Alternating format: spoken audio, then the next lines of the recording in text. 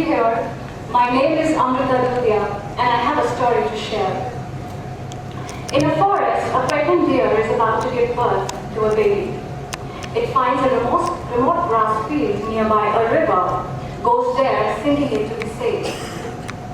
As she moves there slowly, she gets labor pain. Turning at the same time, around that same time, dark clouds gather around that area and lightning starts a forest fire.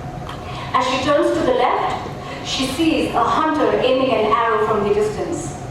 As she moves towards the right, she spots a hungry lion approaching her.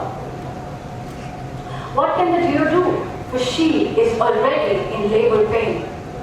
What do you think will happen next? Will the deer survive? Will she give birth to the fawn?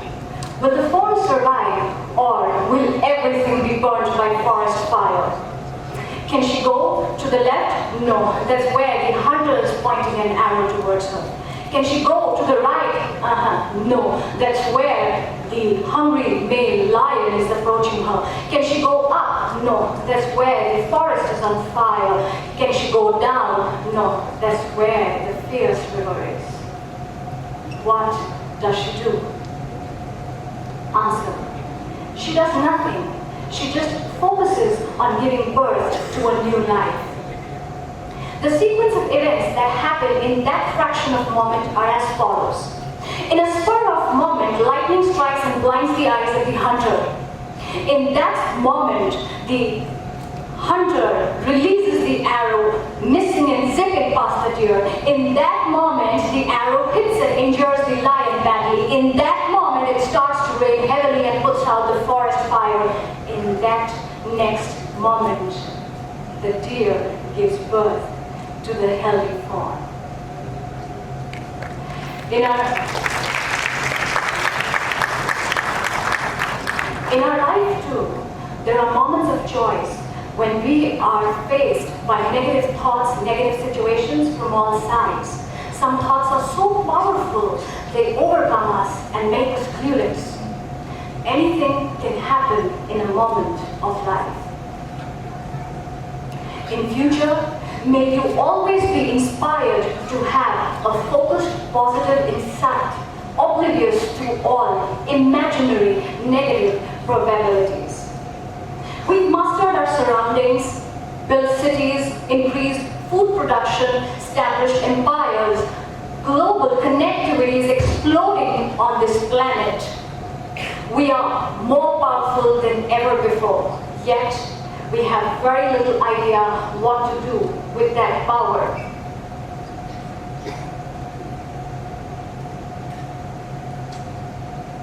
Very little what to do with that power.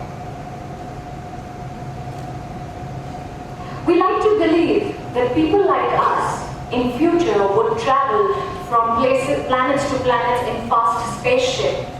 What we do not like to contemplate is the idea that there is a possibility in future beings with emotions and identities like us may no longer exist. We should take the idea seriously. Alright. We should take the idea seriously that the next stage of history will include not only organizational and technological transformation, but major transformation in human consciousness and identity. As Charles Darwin put it, it's not the strongest of species that survive, not the most intelligent ones, it is the ones that are most adaptable to change. Consider this scenario.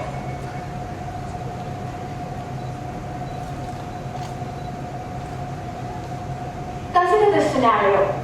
You're walking, you start your day with a clear action plan for the day. And it just feels a moment when you're going back home. 9 to 10 hours have passed and you've not achieved a lot of your priorities. And what more, you don't remember exactly what you did throughout the day. If this scenario sounds familiar to you, don't worry, you're not alone. A research shows that people spend almost 67% of their waking hours thinking about some something else while they're doing something else. Mindfulness training alters the way how we engage with ourselves, with others, and our work. When practiced and applied, mindfulness fundamentally changes, alters the operating system of our mind. Basically, it decreases the activity in the parts of brain that are responsible for fight or flight or knee-jerk reaction, while increasing the activity in the parts of brain that are responsible for executive functioning. We live in a world where every business idea is virtually an idea's business. I request anyone in the audience to volunteer and come up on the stage and support me in that experiment. Anyone, please. Ma'am, please.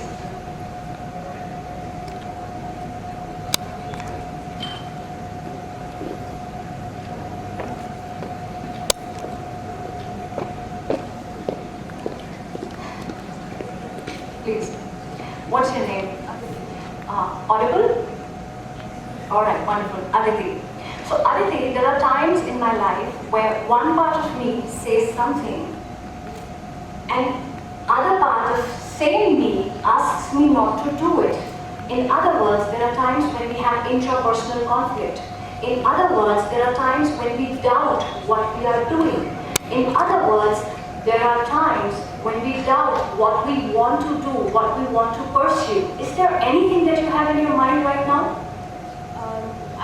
I guess I do, and I believe a lot of people will connect to this problem. So there's this constant struggle or conflict, you can say, where one part of me wants me to lead the life, my life according to the principles, the values that my parents set for me, or to meet their expectations.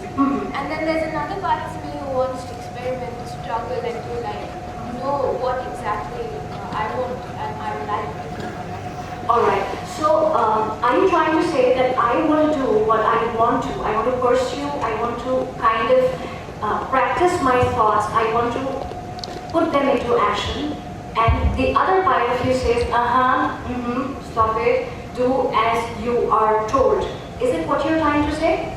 Alright, so let's see, we're experimenting here, and let's see if we can find an answer here itself, on this stage, on this platform. Please, Aditi.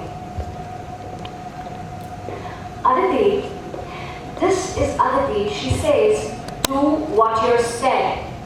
Convince her your point of view. So, what is the most important thing in your life? Your parents, okay? So, do you not want them to be happy? I believe that I should live my life in order to meet their expectations. So that they are proud. They look to her. So that they are proud. They are satisfied. I just don't want to stress them out. Alright. Please, Aditi. Here. Did you just listen to this, Aditi? She said that I want to do what I want to do. She said, go by parents. What did she say right now? Go by your parents' expectations. This is what she said. Now convince her your point of view. Alright, so this is your life. Your parents have had their own life. They've made their own decisions. They've learned from them. Now it's your chance. You should go ahead, make your own decisions, make your own mistakes, learn from them. So, you should do what you want to do. This is what you want to tell her? Please, Aditi. Did you listen to this? Tell her your point of view, prove her wrong. Tell her why and what makes you say what makes you believe in your point. So listen, your parents, they did everything for you. I don't want them to worry, or I don't want, their happiness is the prime most important thing for me. So I do anything to make them happy. You can do, alright, Aditi, here please again. Aditi, she says, I do anything to make my parents happy. Prove your point to her. Answer her with her same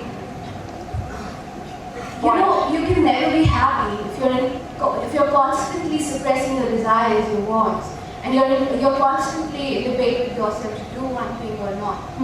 So in order to guarantee other people's happiness, you have to be happy and mentally satisfy yourself. All right, Aditi, here.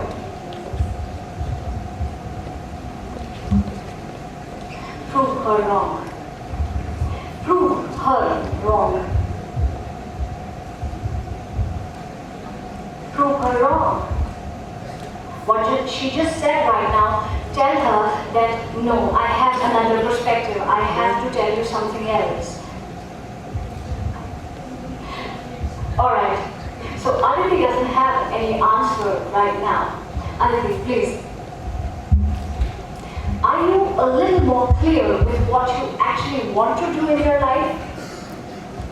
What do you feel right now? I guess, the self-debate sort of thing helped me get a clearer perspective, helped me get the answer I didn't know. All right. Thank you very much, Aditi. Thank you very much.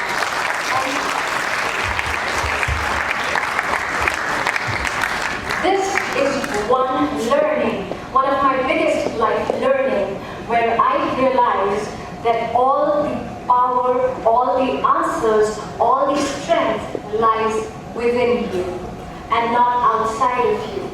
The day I begin to trust my intuition, the tuition from within, the day I begin to communicate with my own self, the day I dwell into my own consciousness, I understand the power. I have all the answers.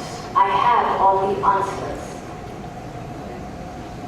This was an activity which I wanted to do for you, and I want that all of us, anytime, any phase of life, any age of life, when we have two minds, when we are perplexed, when we do not know what to do, let's do this activity with our own selves. We wouldn't need any support from outside, any mentor from outside to tell us. Yes, of course, we need guided gurus. We need them. But then you should be your ultimate answer.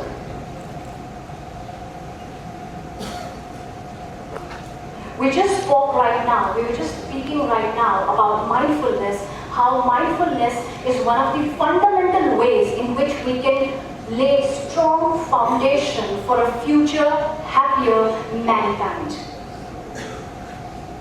1 second can be the difference between your desired results. 1 second is all it takes to be less reactive and more in tune with the moment. 1 second, in that 1 second lies the opportunity to improve the way in which you decide and direct, engage and lead. Mindfulness is enormously advantageous for leaders in this fast-paced, high-pressure jobs. What can we do for mindfulness? Let's inculcate mindfulness in our everyday life. Basic things. You do not need to do huge, long, time-consuming activities. I propose here few activities that we can do every day in our lives and make sure that our mind is in control. The first, when you wake up in the morning, avoid checking email, social media instantly. Why? Morning is a time when our brains, when our minds are creative, expansive, and more focused. That is the time to do more strategic work and have important conversations. The second thing that we can do is when you wake up, don't instantly jump into action. Take 2 minutes. Watch your breath. See how your breath goes. We humans need energy to survive and thrive. The sources of energy are the food we eat, the thoughts we think, and the breath that we inhale. Out of all three sources, food provides the least bit of energy, but consumes major time and most of our resources. And that is why you must have heard, पेट के लिए सब कुछ करना पड़ता है. And allow our lives to literally revolve around the food. Breath gives you the most energy. Merely 2 minutes in a day, you'll be more in control of your life, of your thoughts. The second fundamental foundation to establishing A second fundamental foundation for a happier future for the mankind is trust.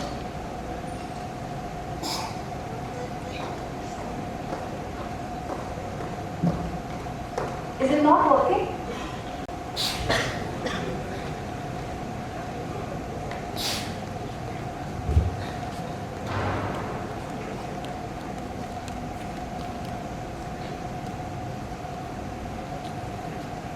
Okay. I will be using this now. The second fundamental foundation to ensuring a happier future for the mankind is trust. When you are in trust, when you trust, you are more comfortable and you can relax more about your life choices.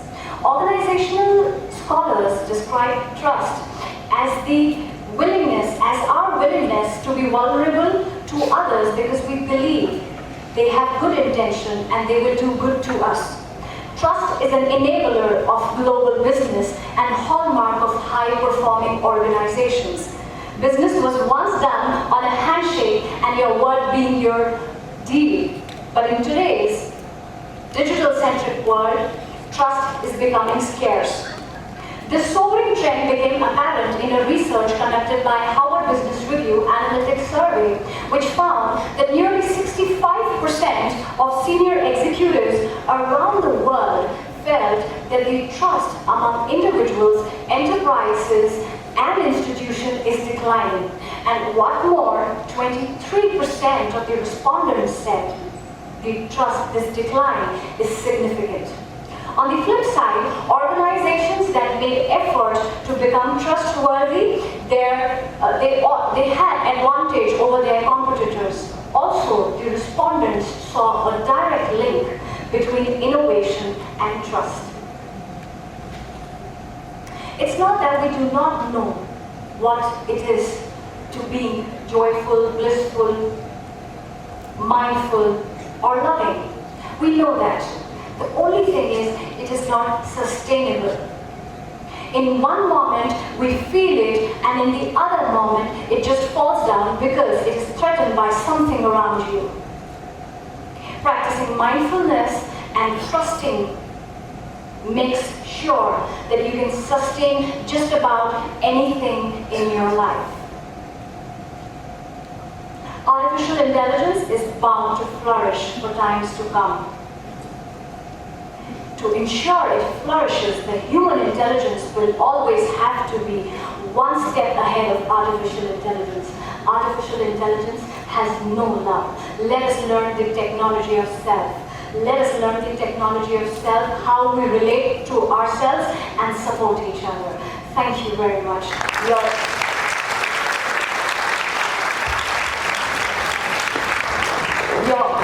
wisest guru is inner you. Thank you.